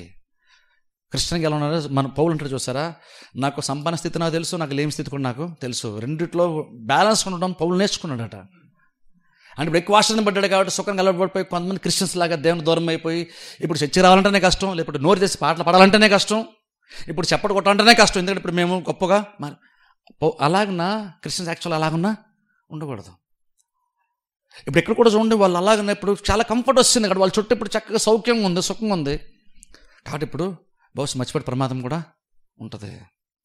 అందుకనే దేవుడు మనల్ని ఎక్కువ ఆశ్రయించకూడదు, ఆ విషయాల్లో మనం జాగ్రత్త చూసుకోవాలి. ఒకసారి అంటే మనం అంటే గ్రాడ్యువల్గా ఏంటంటే ఇప్పుడు పర్లేదు, ఒకసారి చర్చికి వెళ్ళిపోయినా ఇప్పుడు పెద్ద ప్రాబ్లం లేదనుకుంటాం, ఈసారికి మనం పాటలు పాడైపోయినా కొంచెం పర్లేదులే, ఈసారి ప్రార్థన చేయకపోయినా కొంత పర్లేదులే అని గ్రాడ్యువల్గా అది చాలా దూరంగానే మనకు అది నడిపించేటువంటి ప్రమాదం కూడా ఉంటుంది. అందుకనే గుర్తుపెట్టుకుని, దేవుడు ఎప్పుడైతే ఒక మంచి ఈవుని మనకి ఇచ్చాడంటే, నీ జీవితంలోకి ఏదన్నా ఇంత ముందు లేనటువంటిది ఒక సడన్గా అడిషనల్గా దేవుడు ఏదన్నా ఒక మంచి వస్తువు లేదని ఇచ్చాడు అనుకోండి, ఏదైనా సరే కావచ్చు, నీ కష్టాన్ని తగ్గించేటువంటి ఒక దేన్నైనా సరే దేవుడు ఒకటి ఇచ్చాడంటే, ఇంతకుముందు నా కష్టం ఇప్పుడు భరించాల్సిన అవసరం లేనట్టుగా దేవుడు ఏదైనా ఇచ్చాడంటే గుర్తుపెట్టుకో, నీ టైం అనవసరంగా వేస్ట్ అవ్వకుండా దేవుడు ఇచ్చాడంటే నువ్వు ఆ టైంను కూడా బహుశా ఆత్మీయంగా నువ్వు కొంచెం బెటర్గా మార్చుకోవడానికి ఏమో దేవుడు కొన్ని కంఫర్ట్స్ మనకి ఇస్తాడు. అందుకని మనం అందుకని చూడండి, క్రిస్టియన్స్గా నేను ఎప్పుడు అంటాను చూడండి, మనం ఆశ్చర్యపడడం కోసం కూడా ఆలోచన చేస్తాం, అది చేయాలి. మంచి ఈవులను దేవుడు మనకు ఇవ్వాలని కూడా మనం విశ్వాసం ఉంచాలి, మనం ప్రయాసపడాలి. ఎందుకని మా ఇంట్లో అందరికీ ఏసి ఉందో నాకు ఏసి ఉందని కాదు, చుట్టూ అందరికీ ఏసి ఉందని మా ఇంట్లో కూడా ఏసి ఉందని అనిపించుకోవడానికి కాదు, అందరికీ వాషింగ్ మిషన్ ఉంది మా ఇంట్లో కూడా వాషింగ్ మిషన్ ఉందని కాదు, అందరికీ డబుల్ డోర్ ఫ్రిడ్జ్లు ఉన్నాయి మాకు కూడా ఉందని చెప్పుకోవడానికి కాదు. అవన్నీ నీకు పనిని తగ్గించాలి. ఇప్పుడు పనికి ఎందుకు తగ్గించాలంటే కేవలం నువ్వు సుఖపడ్డానికి పని తగ్గించడం కాదు, నీకు అనవసరమైన పని టైం వేస్ట్ అవ్వకుండా నువ్వు కొంచెం బెటర్గా కార్యాల్లో నువ్వు టైం స్పెండ్ చేయడానికి, నీకు టైం సేవ్ అవడానికి దేవుడు వస్తువులు మనకి ఇస్తాడు. ప్రతిదాన్ని మనం అలా చూడాలి. మనకి దేవుడు వెహికల్ ఇచ్చిన ఏది వచ్చినంతే, ఎందుకు ఇచ్చాడు 10 మంది నువ్వు గొప్పగా చెప్పుకోవడానికి కాదు, అందుగా నువ్వు పనులు కొన్ని త్వరగా ముగించుకొని నువ్వు చర్చి త్వరగా రావడానికి. అలా ప్రతిదానికి కూడా దేవుడు ఇచ్చే ప్రతిదానికి కూడా దేవుడు ఆ ఉద్దేశంతో మనకి ఇస్తాడు. కాకపోతే ప్రాబ్లం అంటే దేవుడు మనకు ఇచ్చిన తర్వాత మనం దాని వెనకాల వెళ్తాం, కానీ దానివల్ల మనకి ఇంకా ఏం దేవుడు మనం చేసుకోవాలని దేవుడు మనకి ఇచ్చాడు ఆ వస్తువుని, దాని గురించి మనం ఆలోచన చేయం. మన వస్తువు వెనకాల వెళ్తాం, కానీ దానివల్ల ఇంకొంచెం దేవుని దగ్గర జరగాలి. ఎందుకంటే ఇప్పుడు మనకు చాలా సుఖం వచ్చింది, చాలా నెమ్మది వచ్చింది, చాలా టైం మనకు సేవ్ అవుతుంది, కాబట్టి మనం దేవుల్లో సాగాలి. మన ఆలోచన నార్మల్ క్రిస్టియన్స్కి రాదు. అందుకని చూడండి, అలాంటి సందర్భాల్లో కూడా జాగ్రత్తలు తీసుకోవాలి. ఇప్పుడు అక్కడ అందుకని చూడండి, ప్రాకారాలు కట్టబడింది, అది కూడా ఇంకో నెహెమ్యా చాలా జాగ్రత్తలు చెప్తున్నాడు అంటున్నాడు. ఇప్పుడు ఇంత ముందంతా జాగ్రత్తలు తీసుకోవాల్సిన అవసరం లేదు, ఇప్పుడు నువ్వు చాలా సుఖపడవచ్చు కాదు. అప్పుడప్పుడు బయటకు కూడా కన్నేసి కొంచెం జాగ్రత్త తీసుకుంటే ప్రాకారాలు కాపాడవు, కానీ ప్రాకారాలపైన ఒక వ్యక్తి ఉంటే కనుక అతను పెద్ద కష్టపడకుండా కూడా ఇప్పుడు ప్రాకారాలని కాపాడేటువంటి సులువైనటువంటి పద్ధతిలో అధిక భద్రత నువ్వు ఇప్పుడు అనుభవించగలుగుతావు. అందుకని నెహెమ్యా ప్రాకారాలను పెట్టి వాళ్ళు ఏ టైంలో ఆ డ్యూటీలు చేయాలో కూడా, ఎవరెవరు చేయాలో కూడా దేవుడు ముందు అక్కడ నెహెమ్యా ముందుగానే నిర్ణయించిన బైబిల్ మనం చూస్తాం. కొంచెం కింద చదవండి. అప్పట్లో ఆ పట్టణము మిగులు విశాలముగాను పెద్దదిగాను ఉండెను గాని దానిలో జనులు కొద్దిగా ఉండిరి, ఇండ్లు ఇంకా కట్టబడలేదు. జనసంఖ్య చేయునట్లుగా నా దేవుడు నా హృదయంలో తలంపు పుట్టింపగా ప్రధానులను అధికారులను జనులను నేను సమకూర్చి తిని, అంతలో ముందు వచ్చిన వారిని గూర్చిన వంశావళి గ్రంథము నాకు కనబడెను. చాలు. ఇక్కడ చూడండి, గమనించండి. ఇక్కడ 5వ వచనం మనం చూస్తే, అక్కడ లేదా 4వ వచనం మనం చూస్తే చూడండి, అక్కడ మాట్లాడుతున్న నెహెమ్యా అంటున్నాడు, ఆ పట్టణము మిగుల విశాలముగాను పెద్దదిగాను ఉండెను కానీ దానిలో జనులు కొద్దిగా ఉండేరి, ఇండ్లు ఇంకా కట్టబడల జనసంఖ్య చేయునట్లు నా దేవుడు నా హృదయంలో తలంపు పుట్టింపగా. ఇక్కడ చూడండి, మళ్ళా దేవుడు ఇంకొక తలంపు నెహెమ్యాకి ఇచ్చాడంట. ఇప్పుడు ఒకసారి నెహెమ్యా చూడండి, ఇంకా చేసే కొంత ఇంకా ఏదో పనుందని నెహెమ్యా గ్రహిస్తున్నాడు. ఫస్ట్ ఆఫ్ ఆల్ అక్కడ ప్రాకారాలు కట్టేశాడు, తర్వాత అధికారులని అందరు నియమించాడు, అందరి జీవితాలు సెట్ అవ్వడానికి కొన్ని కార్యాలు చేశాడు. కానీ ఇప్పుడు అక్కడితో అయిపోయిందంటే వెంటనే మళ్ళీ నెహెమ్యా అలా చూస్తున్న పట్టణాన్ని చూసినప్పుడు ఆయన కష్టార్జితంతో ఆయన రాజు దగ్గర నుంచి తెచ్చుకున్నటువంటి ఫైనాన్షియల్ సపోర్ట్తో కట్టబడిన ప్రాకారం చూస్తున్నప్పుడు తను ఏం సాధించాడో అది కనబట్టలేదు, కానీ ఇంకా జరగవలసిన కార్యం ఏముందో నెహెమ్యాకి అది కనబడింది. ఇప్పుడు చూడండి, అది చాలా ఇంపార్టెంట్. అంత సాధించిన తర్వాత నార్మల్ అనుకుంటా అంటే, అబ్బా నేను మొత్తానికి ఏదో రకంగా వీళ్ళందరూ సపోర్ట్తో ఎంత గొప్పగా నేను దీన్ని కట్టేశాను. అఫ్కోర్స్ అది గర్వం కాకపోయినా ప్రజలందరి సహాయంతో సహకారంతో రాజు యొక్క సపోర్ట్తో ఇంత గొప్పగా నేను కట్టేశాను అనుకొని అక్కడితో ఆ తలంపును అక్కడితో ఆపేయచ్చు. కానీ నెహెమ్యా అంత బాగా పూర్వపు స్థితి కంటే ఇప్పుడు వాళ్ళ స్థితి చాలా బెటర్గా పట్టణం మారిన తర్వాత కూడా ఇంకనూ నెహెమ్యా అందులో ఉన్న ఇంకొక లోటును కూడా గుర్తించగలిగాడు నెహెమ్యా. ఆ లోటు ఏంటంటే, ఇప్పుడు పట్టణం అంతా బాగుంది, కాకపోతే ప్రాబ్లం ప్రజలు అందులో పెద్దగా లేరు. పట్టణం అంతా విశాలంగా ఉంది. విశాలం అంటే ఏదో జస్ట్ బాగుందని కాదు, అంటే ఒక రకంగా చెప్పాలంటే దాన్ని ఏమంటాం, నిర్మానుషంగా ఉంది. ఒక రకంగా చెప్పాలంటే నిర్మానుషంగా ఉంది. పట్టణం అయితే బ్రహ్మాండం కట్టేసాం, సరిహద్దులన్నీ మనకి ఇప్పుడు క్లియర్ కనబడుతున్నాయి, గోడ కూడా క్లియర్ కనబడుతున్నాయి. కానీ ప్రాబ్లం ఏంటంటే ఇప్పుడు మనుషులు తక్కువగా ఉన్నారు ఇక్కడ ఇందులో అని అనిపించినప్పుడు దేవుడు అంట నెహెమ్యా చెప్తున్నా అక్కడ, దేవుడు నాకు ఇంకొక తలంపును నా హృదయంలో పెట్టాడు. ఏంటంటే ఇప్పుడు జనం గురించి నేను ఇంకేదో ఆలోచించాలి. అంటే నేను కట్టేశాను వెళ్ళిపోతానని కాదు, కానీ ఇప్పుడు నేను ఇక్కడ జీవించేటువంటి వారికి జీవితం నేను సెట్ చేశాను. చాలా వరకు వాళ్ళు ఇంకా అలా జీవితాన్ని కొనసాగించడానికి నేను చాలా సెట్ చేశాను. కానీ అక్కడితో అయిపోయిందంటే నెహెమ్యా అనుకుంటున్నాడు, దేవుడు పెట్టిన తలంపు అంటున్నాడు నెహెమ్యా, ఇంకా మిగిలినటువంటి వారు చాలామంది ఇంకా ఉన్నారు కదా, పట్టణం ఇంకా నిర్మానుషంగానే ఉంది, ఇంకా ఖాళీగా ఉంది, ఇంకా కట్టబడవలసినటువంటి ఇండ్లు చాలా ఉన్నాయి, రావాల్సినటువంటి జనం ఇంకా చాలామంది ఉన్నారు. అది నెహెమ్యా అది దేవుడు నా హృదయంలో పెట్టినటువంటి ఒక తలంపు. అదే నెహెమ్యా నువ్వు ప్రాకారాలు కట్టేటప్పుడు కష్టపడ్డావు, ఉన్నావు, బాగుంది. సరే ఇప్పుడు అంతా కూడా యాజువల్గా అడ్మినిస్ట్రేషన్ అంతా కరెక్ట్గా రన్ అవ్వాలి కాబట్టి అధికారులు పెట్టావు, మందిరము ఆచారాలు ఇవన్నీ జరగాలి కాబట్టి యాజకులు పెట్టావు, పాడేవారిని పెట్టావు, ఓకే ఇంకేం కావాలి అంటే ఇంకా దేవుడు ఏదో నెహెమ్యా హృదయంలో పెట్టాడంట. ఇప్పుడు దాని గురించి కూడా ఆలోచన చేస్తున్నాడు. ఎంత అని అనుకున్న దానికంటే ఎంత దాటి ఇంకనూ బాధ్యత మీదేసుకుంటూ వెళ్తున్నాడు నెహెమ్యా. ఒకసారి చూడండి, ఆశ్చర్యం. అలా వేసుకుంటూ వెళ్తూ కూడా ఎక్కడ కూడా నెహెమ్యా బర్డెన్గా ఫీల్ అవ్వలేదు. అక్కడ కట్టేసిన నా పని అయిపోయింది, ఇంకా మీరేదో చూసుకోండి, మీరేదో నడిపించుకోండి, మీరే పరిపాలించుకోండి అని చెప్పలేదు. దానికి ఒక క్రమాన్ని వాళ్ళకి ఇచ్చాడు. అక్కడితో మళ్ళీ అనుకున్నాడు ఇంకా ఏదో ప్రాబ్లం ఇక్కడ ఉంది, ఇంత మేల్ మధ్యలో ఇంకా జరగవలసిన కార్యం ఇంకా ఏదో ఉంది ప్రజలకి అని అర్థమైంది. అలా అర్థం చేసుకొని ఇప్పుడు తక్కువ అసలు జనాలు ఉండాలి కదా, వీళ్ళందరూ ఏమయ్యారు అని ఆలోచించి ఈ జన సంఖ్య ఉంటుంది చూసారు, ఆ బుక్స్ అన్ని రికార్డ్స్ అన్నీ కూడా తెప్పించుకున్నాడంట. అంటే ఎంతమంది ఉండేవాళ్ళు, ఎవరెవరు ఉండేవాళ్ళు, అసలు ఏ కుటుంబాలు ఉండేవి ఆయన తెప్పించుకున్న తర్వాత అక్కడ లిస్ట్ అవుతుంటే అక్కడ చాలామంది కుటుంబాలు, ఎవరి వంశాలు చాలామంది వస్తుంది, చాలా వచ్చినారు. ఇప్పుడు ఆ లిస్ట్ అంతా మనం చదివి మనకు అది అవసరం లేదు మనకి యాక్చువల్గా, కానీ దాని తర్వాత ఏముందో అది చెప్పేస్తాను నేను. కానీ ఆ లిస్ట్ కూడా చాలా ఇంపార్టెంటే. ఎందుకు తెలుసా, ఈ లిస్టు ఈ పేర్లు ఎవరి పేర్లు అయితే ఇక్కడ ఎవరెవరు వంశావళి ఏంటో మొత్తం రాయబడింది ఇక్కడ అంతా, చాలామంది పేర్లు ఉన్నాయి అక్కడ. కానీ యాక్చువల్గా చూస్తే ఒక ఆయన చెప్తారంటే ఇంతమంది పేర్లు ఉన్నాయి, కానీ కొన్ని బైబిల్ కామెంటరీస్ ఏం చెప్తారంటే వీళ్ళందరూ లెక్కేస్తే యాక్చువల్గా చరిత్రను బట్టి లెక్కేస్తే 2% మందే వచ్చారంట. ఇది చెరగా వెళ్ళిపోయినటువంటి వారిలో 2% మంది వచ్చారంట. అంటే ఇంకా 98% మంది ఇంకా రావాల్సినటువంటి వారు చాలామంది ఉన్నారు. రావాల్సిన వాళ్ళు ఉన్నారు. ఇప్పుడు నార్మల్ మనం అనుకోవచ్చు, ఇదేంటే చాలామంది ఉన్నారు, అందరూ వచ్చేయచ్చు కదా, దేవుడు అవకాశం ఇచ్చాడు, రాజు కూడా పర్మిషన్ ఇచ్చాడు, వచ్చేయకుండా ఎందుకు ఉండిపోతున్నారు అక్కడ అని అంటే నేనుంటాను అంటే, చూడండి అక్కడికి వెళ్ళిన తర్వాత కొంతమంది, ఇప్పుడు చూడండి షడ్రక్ మెషక్ అబేద్నెగో దానియేలు ఇలాంటి కొంతమంది వచ్చేసి వాళ్ళకి మంచి పోస్టులు వచ్చినాయి అక్కడ. అలాగే పోస్ట్ కొంతమందికి వేరే వేరే పనులు, వృత్తులు లేదా వ్యాపారం లాంటివి కూడా ఏవో చేసుకుంటూ ఉంటారు. ఎందుకంటే 70 సంవత్సరాలు అక్కడ ఉన్నారు. అక్కడ దేవుడు చెప్పాడు చూసారు, మీరు ఇండ్లు కట్టుకొని మీరు వివాహాలు చేసుకుని అక్కడ ఉండండి అని దేవుడు చెప్పాడు. కాబట్టి ఓ రకంగా చెప్పాలంటే 70 సంవత్సరాల కొరకు వాళ్ళు సెటిల్ అయిపోయారు అక్కడ. ఇప్పుడు సడన్గా రాజు కూడా దేవుడు కూడా అనుమతి ఇచ్చి మీరు వెళ్ళండి అన్నా సరే వాళ్ళు సెటిల్ అయిపోయారు చూసారా. ఇప్పుడు సెటిల్ అయిపోయింది అంతటే కాదని ఇప్పుడు మళ్ళా వెళ్ళాలంటే వాళ్ళకి కొంచెం ఇబ్బందిగా ఉంటుంది. అందుకని కొంతమంది వెళ్ళడానికి కూడా వెళ్ళాడు. ఎందుకంటే ఇక్కడ మనకు బాగానే ఉంది కదా, 70 సంవత్సరాలు అలవాటు అయిపోయింది, ఇక్కడ కూడా మనకి పెద్ద ప్రాబ్లమ్స్ ఏమి లేవు కదా. ఇప్పుడు రాజు కూడా మనకు అనుకూలంగా ఉన్నాడు కదా, పెద్ద ప్రాబ్లమ్స్ ఏమి లేవు. కాబట్టి రాజు వెళ్ళిపోమన్నాడు అంటే మనకు అనుకూలంగా ఉన్నాడు. ఇప్పుడు మనం ఉండిపోయినా పెద్దగా మన రాజు వ్యతిరేకిస్తాడు ఏంటి, పెద్ద మనకి ఇబ్బందులు ఏమి ఉంటాయి అని ఉండిపోయినటువంటి వారు కూడా చాలామంది బహుశా ఉన్నారు. బహుశా ఆ కారణాన్ని బట్టి చాలామంది తిరిగి రావడానికి కూడా ఇష్టపడట్లేదు. ఎందుకంటే వాళ్ళకి అక్కడ సుఖంగా ఉంది. కానీ ఏమంటుంది తెలుసా, వాళ్ళు ఆల్రెడీ అక్కడ 70 సంవత్సరాలు ఏవో కొన్ని పన్నుపాట్లు చేసుకుంటూ లేదా వ్యాపారాలు చేసుకుంటూ వారి బిడ్డలను పిల్లలకి ఇచ్చి లేదా పెళ్ళిళ్ళు చేసుకుని వాళ్ళు అక్కడ 70 సంవత్సరాలు సెటిల్ అయిపోయారు. కాబట్టి ఇప్పుడు సెటిల్ అయిపోయినటువంటి ఆ ప్లేస్ని కాదని మరలా కొత్తగా జీవితాన్ని స్టార్ట్ చేయాలంటే వాళ్ళకి కొంచెం ఇబ్బంది ఖచ్చితంగా. 70 years ఒక ప్లేస్లో నువ్వు జీవించి అక్కడ అన్నీ నువ్వు అనుకూలంగా చేసుకుని మళ్ళీ నువ్వు సడన్గా ఇప్పుడు పట్టణానికి, యెరూషలేం పట్టణానికి తిరిగి రావాలంటే కొంచెం ఇబ్బందే. కానీ యాక్చువల్గా అక్కడ తిరిగి రానటువంటి వాళ్ళు బహుశా ఏం మర్చిపోతున్నారంటే, వాళ్ళు కనుక బబులోను రాజ్యంలో ఉంటేనే బహుశా వాళ్ళకి సుఖంగా ఉంటుందేమో. కానీ వాళ్ళ జీవితం కొంచెం శ్రేష్టంగా ఉండాలంటే మాత్రం వాళ్ళు ఖచ్చితంగా యెరూషలేం పట్టణానికే రావాలి. సుఖంగా ఉండడానికి, మేలుకర ఉండడానికి చాలా డిఫరెన్స్ ఉంటుంది. వాళ్ళు సుఖంగా బతికేస్తారు, ఎందుకంటే వాళ్ళకి ఇప్పుడు ఇబ్బంది ఏమీ లేదు, అక్కడ హ్యాపీగా బతికేయచ్చు. కానీ ఆ 2% మంది వచ్చారు చూసారా, వాళ్ళ పేర్లు ఇక్కడ రాయబడిని. ఎవరైతే వచ్చారో వాళ్ళ పేర్లు రాయబడిని. ఆ వచ్చిన వాళ్ళ సహాయంతోనే నెహెమ్యా ప్రాకారాలు కూడా కట్టాడు. ఇప్పుడు వాళ్ళు ఎందుకు ఇంపార్టెంట్ తెలుసా, అందరికన్నా ముందు రాజు మీరు వెళ్ళిపోవచ్చు, తిరిగి మీ పట్టణానికి వెళ్ళిపోవచ్చు అని చెప్పగానే ఫస్ట్ వచ్చినటువంటి జనం వీళ్ళే.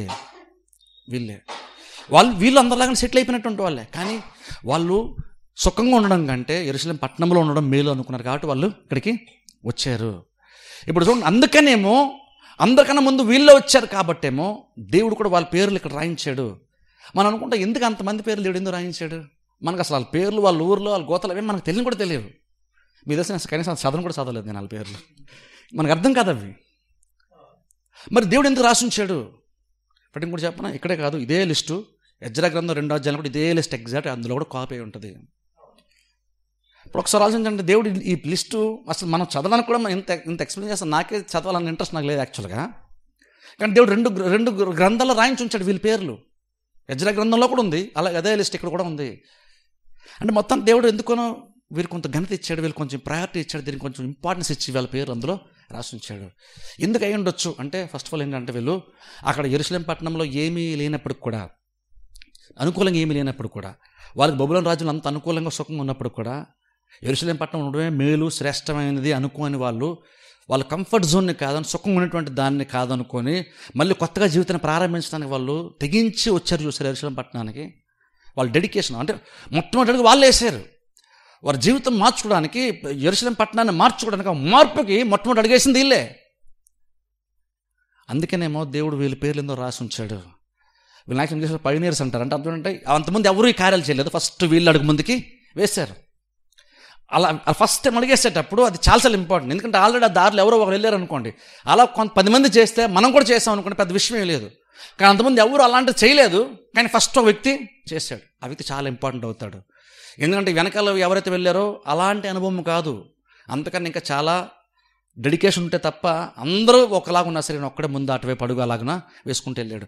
అలాగే కొంతమంది వీళ్ళు అడిగేశారు కాబట్టి ఏమో దేవుడు కూడా వాళ్ళని గౌరవిస్తూ, ఎందుకంటే వాళ్ళు బబులోను సుఖమైనటువంటి పట్టణంలో ఉండడం కంటే సుఖంగా మారిపోయిన జీవితం మళ్ళీ ఎందుకులే మార్చుకోవడం అనుకోకుండా శ్రేష్టమైనటువంటి యెరూషలేం పట్టణంలో బ్రతుకుతాం మంచిది అనుకొని ఒక మార్పును కోరుకొని ఇక్కడికి వచ్చారు చూసే తిరిగి ప్రయాసంతో.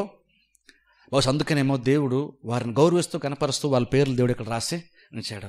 అలా వాళ్ళు అక్కడ ఇంకా చెప్పాలంటే వాళ్ళు ఏదో వదిలొచ్చారంటే అంత బాగున్న దాన్ని కాదని, నిర్మానుషంగా మొత్తం అంతా పాడైపోయినటువంటి పట్టణం, రిస్క్తో కూడి శత్రులు ఎప్పుడు వస్తారో తెలియకుండా ఉన్నటువంటి అలాంటి రిస్క్తో ఉన్నటువంటి ప్లేస్లోనికి వాళ్ళు వచ్చారు.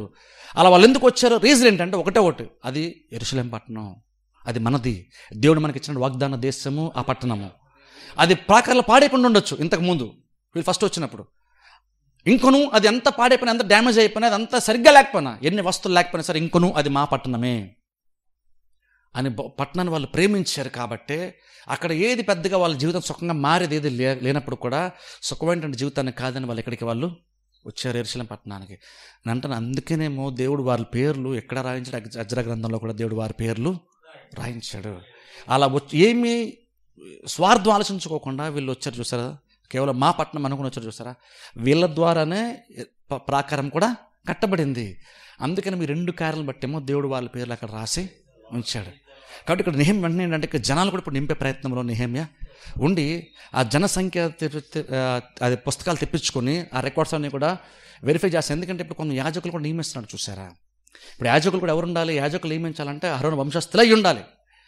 ఇప్పుడు యాక్చువల్ మనం అక్కడ చూస్తే అక్కడ ఏం జరుగుతుందంటే బేసిక్గా కింద చదువుకుంటే పేర్లన్నీ మెన్షన్ చేయబడుతుంది. కొంచెం కిందకి వెళ్తే బేసిక్ అక్కడ ఏముంటుందంటే ప్రతి వాళ్ళు కూడా వచ్చిందంటే వాళ్ళు ఏ వంశావళి, వాళ్ళ తండ్రి ఎవరు, వాళ్ళ కుటుంబం ఏది, వాళ్ళ గోత్రం ఏంటి, ప్రతి వాళ్ళు వచ్చి ఏదో ఒక పేపర్, ఒక ఆధార్ కార్డు లాగా ఏదో ఒక కార్డు, ఏదో ఒక ఐడెంటిటీని వాళ్ళు చూపించుకొని మేము ఆ వంశానికి సంబంధించిన వారము, మేము ఆ కుటుంబానికి సంబంధించిన వారము, మేము ఆ తండ్రికి సంబంధించిన వారము అని వాళ్ళ పుట్టుపూర్వత్రాలు నెహెమ్యాకి వాళ్ళు చూపించుకోవాల్సినటువంటి టైం వచ్చింది ఇక్కడ.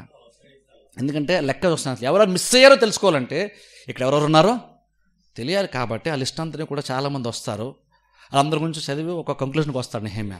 అయితే తర్వాత మనం కనుక ఇక్కడ ఒకసారి చూడండి, నేను చదవగానే జస్ట్ చెప్తాను చూడండి. ఇక్కడ 61వ వచనం నుండి కనుక మనం చూస్తే 61 నుంచి అలాగనే 69 వచనానికి మనం చూస్తే అక్కడ ఏం జరుగుతుందంటే కొంతమంది వస్తారు. వాళ్ళు యాక్చువల్లీ ఏం చెప్తారంటే వాళ్ళు మేము యాజకుల వంశము అని చెప్తారు వాళ్ళు. అయితే ప్రాబ్లం ఏంటంటే వాళ్ళ దగ్గర పేపర్స్ ఏవి, ఆ రికార్డ్ మేము అహరోను వంశస్థులమని ప్రూవ్ చేయడానికి ఏమీ లేదు.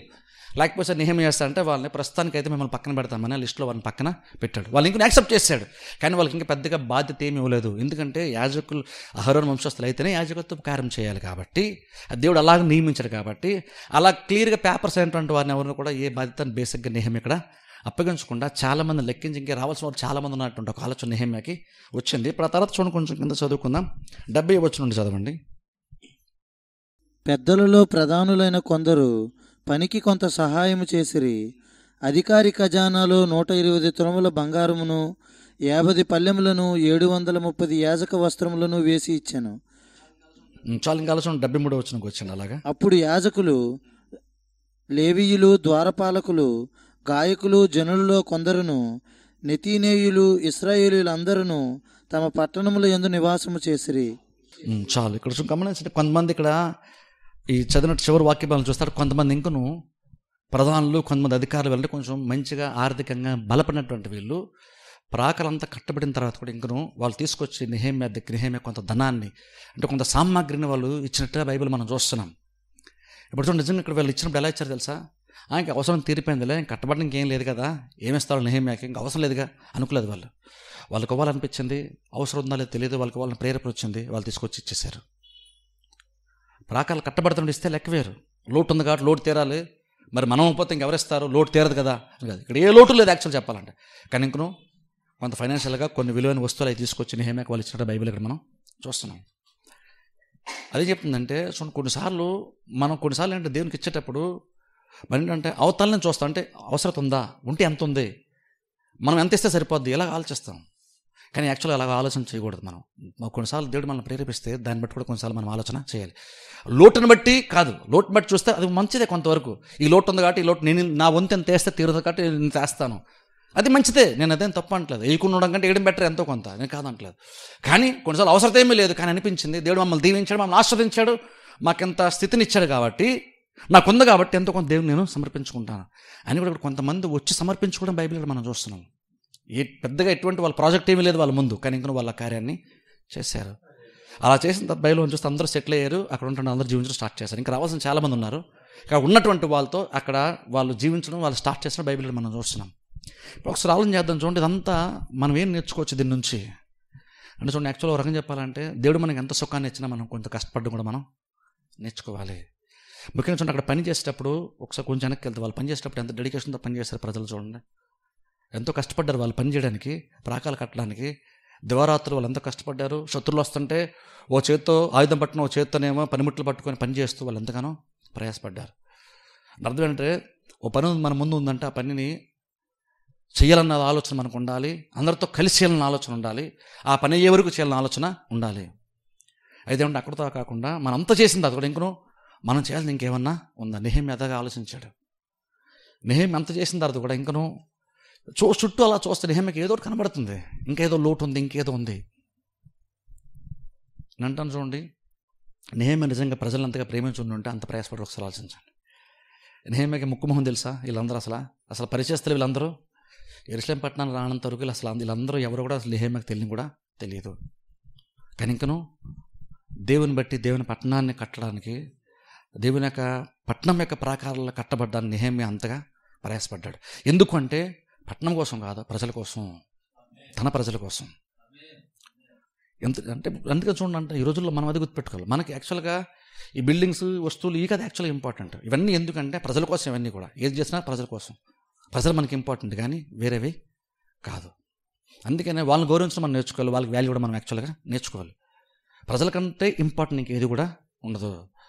అందుకే మనం ఇప్పుడు కూడా కొన్నిటిని పోల్చుకునేటప్పుడు ప్రజలతో వస్తువులతో అలా పోల్చకూడదు. మనం కొన్ని వస్తువులు పెట్టి ఇక్కడ ఒక విశ్వాసం పెట్టినా సరే, నేనంటున్నా ఈ విశ్వాసం మనకి వాల్యుబుల్, వస్తువులు కాదు. యువతలు ఒక్క విశ్వాసం ఉన్నా సరే ఒక్క విశ్వాసం వాల్యుబుల్ అవుతాడు, కానీ వస్తువులు ఎప్పుడు మనకి వాల్యుబుల్. ప్రతి వాళ్ళు అలాగే చూడాలి. లేదంటే పాస్టర్ గారు నేను అలా చూస్తాను కాదు, అందరూ అలాగే యాక్చువల్గా చూడడం నేర్చుకుని నెహెమ్యా చూశాడు. అందుకని ప్రజలను బట్టే ప్రతి కార్యాన్ని కూడా చేసుకుంటూ ముందుకెళ్ళాడు. ఇంకా ఎంత చేసినా ఇంకేదో ఉంది, లోటు కనబడుతుంది, దాన్ని చేయాలంటే ఆలస వచ్చింది. అలా నెహెమ్యా ఉన్నాడు కాబట్టి పట్టణం ఇప్పుడు కొలిక్కి యాక్చువల్గా రాబోతుంది. అందుకే చూడండి, మనం కూడా కొన్నిసార్లు దేవుడు ఆశీర్వదించగలితే మనం ఏమన్నా చేయగలమా అని ఆలోచించాలి. మనం ఫైనాన్షియల్గా కానీ లేదా ఇంకా వేరే రకంగా మనం సపోర్ట్ చేయగలమని ఆలోచించుకోవాలి. దేవుడు మనం ఆశీర్వదించగలితే మనం ఇంకా ఎక్కువగా దేవునిలో సాగడం గురించి మనం ఆలోచన చేయాలి. ఈ సుఖం అంతా ఎందుకంటే ఇవి ప్రాకారాలు ఎందుకు కట్టాడు? ప్రజలు ఆత్మీయంగా బలపడ్డానికి. అలాగే దేవుడు మనకు సుఖాన్ని ఎందుకు ఇస్తాడు, ఆశీర్వాదం ఎందుకు ఇస్తాడంటే మనం బెటర్గా బ్రతుకుతూ, బెటర్గా కొన్ని కార్యాలు చేస్తూ, బెటర్గా దేవునిలో సాగడానికి దేవుడు మనకు కొన్ని కార్యాలు ఇస్తాడు. అందుకని ఇప్పుడు కూడా మనం అది గుర్తుపెట్టుకోవాలి. ఇవన్నీ అంటే మనం ఏదో లగ్జరీగా బతకడానికి కోసం చేసేది కాదు. 90% ఇప్పుడు అలా ఉండదు. లగ్జరీ కోసం ఏది మనం చేయం. అవసరం ఏదన్నా చేసుకుంటాం, అది చాలా సూపర్ లగ్జరీలా కనిపించినా అవసరం అనుకుంటే మనం చేసుకుంటాం. అలాగే లగ్జరీగా కనబడడానికి, లగ్జరీగా బతకడానికి, చచ్చుకొచ్చి సుఖపడిపోవడానికి కాదు. మనకి వాక్యం ఉండడానికి, పాటలు పాడడానికి, ప్రార్థించడానికి ఇబ్బంది లేని పరిస్థితులను, వాతావరణాన్ని కల్పించుకునే ప్రయత్నం చేస్తాం, కానీ లగ్జరీస్గా కనపడడానికి అయితే కాదు. అల్టిమేట్గా మనుషులు ఇంపార్టెంట్ కానీ వస్తువులు కాదు. అలాగే దేవునికి తన ప్రజలు ఇంపార్టెంట్ కానీ వేరేవి కాదు. అది నెహెమ్యా చూస్తే చాలా క్లియర్గా మనకు అర్థమవుతుంది. మనం కూడా ఎక్కడ అలా చూడడం నేర్చుకోవాలి. నేను ఎంత చేసినా ఇంకేదో చేస్తుందేమో అనుకుని ఆలోచనతో ఉన్నాడు. దేవుడు తలం పెడితే తలం ప్రకారం చేసుకుంటూ ముందుకి వెళ్ళాడు. ఎంత ప్రయాసపడ్డాడు. ఆ ప్రయాస వెనకాల దేవుని ప్రజల మీద ఎంత ప్రేమ ఉందో ఒకసారి ఆలోచించండి. అంత అయిపోయిన తిరిగి వెనక్కి వెళ్ళిపోలేదు. వెళ్ళిన డ్యూటీ నేను చేసుకోవాలని వెళ్ళిపోకుండా ఇంకా ఎంతో చేద్దామని ఆలోచన వచ్చింది. నిజం అలా ఉంది కాబట్టి పట్టణం కూడా అది త్వరగా కట్టబడింది. 100 సంవత్సరాలు నిర్మానుషంగా పడినది సడన్గా ఇప్పుడు చాలా ఫాస్ట్గా అయిపోయింది. ప్రజల యొక్క జీవితాలు ఇప్పుడు మరలా సాధారణ స్థితిలోనికి వచ్చాయి. దానికి కారణం ఎవరంటే నెహెమ్యా వ్యక్తి ముందుకేసాడు. ఆ తర్వాత మిగిలిన చాలామంది వచ్చారు. ప్రార్థన చేసి అందరూ తల వంచగల మూసుకుని నేనే చిన్న ప్రార్థన చేసేస్తాను. మమ్మల్ని మిక్కిలిగా ప్రేమిస్తున్న మా పరమ తండ్రి, పరిశుద్ధ దేవ, నీ పరిశుద్ధమైన శ్రేష్ఠ నామమునకు వందనాలు స్తోత్రాలు చెల్లిస్తున్నాను తండ్రి. రాత్రికాల సమయంలో మీరు ఇచ్చిన మాటలను బట్టి ప్రభా మీకు స్తోత్రాలు. ప్రభా నెహెమ్యా యొక్క జీవిత విధానము, ప్రజల పట్ల నెహెమ్యాకు ఉన్నటువంటి మంచి మనస్సు, ప్రజలను ఆయన గౌరవిస్తున్నటువంటి విధానము, ఆయన ప్రజలకు ఇస్తున్నటువంటి ముఖ్యత్వం తండ్రి, ఏదైనా ప్రభా మేము నెహెమ్యా గ్రంథం ద్వారా, ఏడాజ్యం ద్వారా తెలుసుకోవడానికి ప్రభా మీరు ఇచ్చిన మాటలను బట్టి ప్రభా మీకు స్తోత్రాలు వందనాలు చెల్లిస్తున్నాం. మీరు తండ్రి మా సంఘమునకైనా సరే, మా కుటుంబాలకైనా సరే ప్రభా ఏ మంచి ఈవులు ఇచ్చినా సరే ప్రభా అది ఇంకనూ మీలో బలంగా సాగటానికని, అది గొప్పగా కనబడడానికి కాదు, మేము సుఖపడడానికి కాదు, కానీ ప్రభా మేము చేసేటువంటి కార్యం ఇంకా బెటర్గా చేయాలనేటువంటి ఒక తలంపుతో ప్రభా మంచి ఈవులను ప్రభా నువ్వు మా సంఘ కుటుంబాలకి ఇస్తున్నావు, సంఘానికి ఇస్తున్నావు. అందుని బట్టి ప్రభా మీకు వందనాముల స్తోత్రాలు చెల్లిస్తున్నాం. ఇట్టి తలంపులతో ప్రభా ఈ దినమున వాక్యం విన్నటువంటి అందరం ప్రభా ఆలోచిస్తూ ప్రభా భవిష్యత్తులో కూడా ముందుకు కొనసాగటానికి, ఇలాంటి ఆలోచనతో కొనసాగటానికి సహాయం చేయమని ప్రార్థిస్తున్నాం ప్రభా. మీరు ఇచ్చిన మాటలన్నీ బట్టి మీకు వందనాములు తండ్రి. ఇంక ప్రభా మేము తండ్రి మీరు మమ్మల్ని ఆశీర్వదించుకోలేదే ప్రభా, మీలో దగ్గరగా సాగడానికి, బలంగా సాగడానికి, మీ కొరకు మరింతగా మేము కష్టపడడానికి, మీరు మాకు సహాయం చేయమని ప్రార్థిస్తున్నాం ప్రభా. దేవుని కంటే ఎక్కువగా సుఖానుభవాన్ని కోరుకున్నటువంటి వారి వలె మేము బ్రతకడానికి మాకు సహాయం చేయమని ప్రార్థిస్తున్నాం. ఈ రాత్రికాల సమయంలో వచ్చిన ప్రతి కుటుంబాన్ని ప్రభా మీరు పేరు పని జ్ఞాపకం చేసుకోండి. వాక్యం పట్ల ప్రభా బిడ్డలు ఆసక్తి కలిగి బిడ్డల మందిరానికి వచ్చి ఉండగా బిడ్డలను ప్రభా మీరు దీవించి ఆశ్రయించి మీ కృపలో భద్రపరచండి. వెలుచుండగా మార్గమంతలో మీరు తోడు ఉండమని యేసుక్రీస్తు నామమున ప్రార్థిస్తూ ఉన్నామా పరమ తండ్రి. ఆమేన్. ఆమేన్.